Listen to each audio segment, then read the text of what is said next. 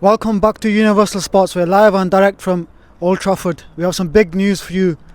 Ruud Van Nistelrooy, he's back. He's back at the club. Ruud Van Nistelrooy is back as an assistant manager with Go Eagles manager Rene Hake. So that's a good bit of business by Zirkzee and Ineos to bring them two back, especially Ruud Van Nistelrooy. He rejected Burnley job and few other big jobs just to become Erik ten Hag's assistant, which is a good replacement to replace probably Steve McLaren and Michael van der Mitchell. So they'll probably get shipped out soon as well. So another talking point is we're almost there, it's nearly there. Joshua Zirkzee from Bologna is about to become a Manchester United player soon. In my opinion, it's not a good choice to sign him. He's a youngster, inexperienced striker, although he got 11 goals for Bologna last season, got him into Champions League, but he's inexperienced. Rasmus Højlund also is still young, as inexperienced. So if you see in the England games, Ivan Toney got assist for Harry Kane, and then he scored that cool penalty against Switzerland. So Ivan Toney would have been my choice. He's experienced, proven Premier League player, and would have got us few more years alongside Rasmus Højlund, just playing alongside him or coming off the bench.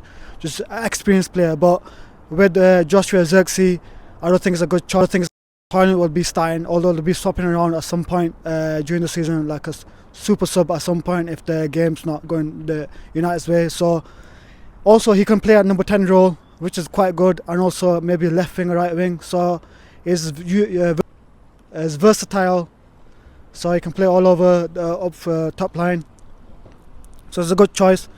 Another one I want to talk about, Matthijs de Ligt from Bayern Munich, which could be over the line this week as well.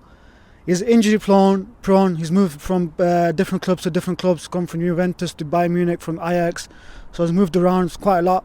He's quite young still, he's 24 years old.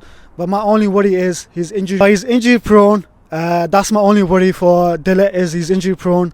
So if he does get injured during the season with Martinez, there could be big issues with them. That means Maguire or Lindelof could be starting unless they're not still at the club by then. So that's the only worry I've got if you do bring de Ligt in. He's experienced, but for me, he's a big worry that he's fucking injury prone. Another one I want to talk about is another big transfer news that we could be getting is Manuel Ugarte from PSG, a defensive midfielder to replace Casemiro. It looks like Casemiro will be shipped out at some point this summer to Saudi Arabia, so he'll be a replacement for him to come alongside Kobe Menu, play alongside him in midfield. So that'll be a good signing. So I'm looking forward to him playing for United for him. And also there's another big news, Greenwood could potentially be going to Marseille. I wanted him to stay, but looks like he's been into the office this morning to Carrington. He's probably said his goodbyes to the United staff and some of the United players that are back from the Euros. And it looks like Marseille will be taking him home either on a loan deal either to buy permanently at the end of the season. So Greenwood looks like he's on his way out.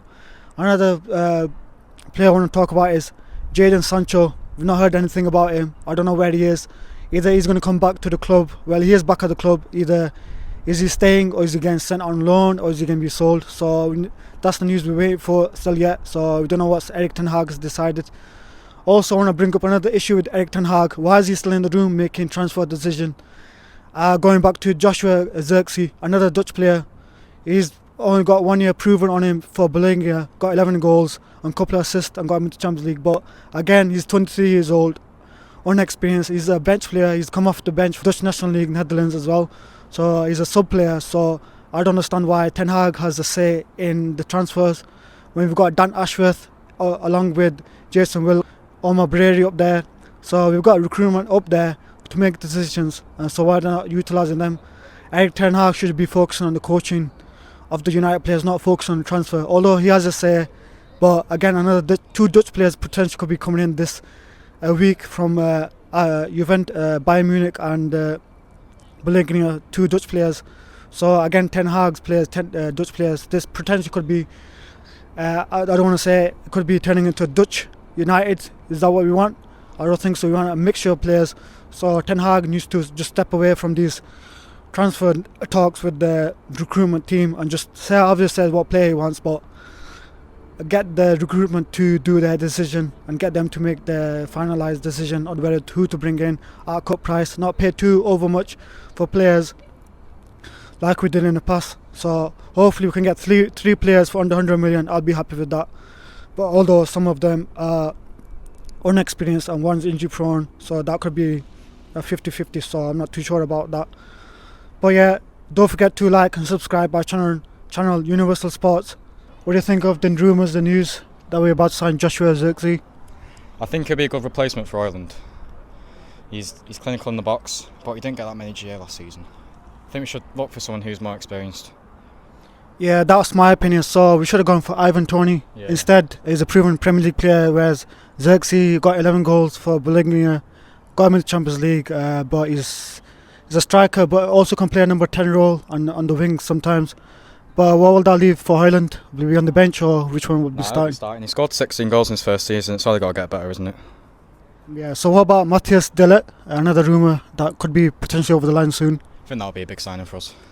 We need a right set. We need a right-footed centre back. So de Ligt has moved several clubs. In my opinion, he's moved from Juventus, Bayern Munich, but he's been injury prone last year for Bayern Munich. What do you think will be at United? Injury prone, or will be fit enough to play every game?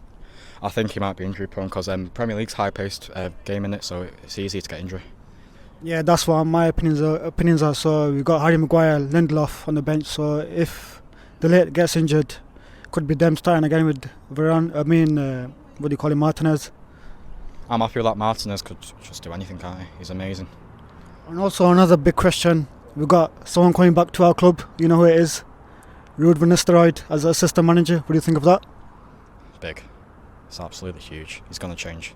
He's got to change everything in the price. Yeah, he's rejected big jobs for Burnley, another few big clubs, just to come and assist Erik ten Hag. So it'll be good for us. What do you think of the structure so far that Ineos Sir Jim's putting together now? I think he's doing great. I can see he's already rebuilding the stadium, and he looks like he wants to invest in a good idea. And the last one, where do you think United will finish next season? Your honest opinion? 5th. I'm personally going, if we get the right players in this season, the 4 or 5 that we need, I think we could be challenging. What do you think? I think give it 2 years. But Europa League, I think that's probably need to win the Europa League, because we won the FA Cup, the Carling Cup, so I think Europa League is next on the agenda. I agree.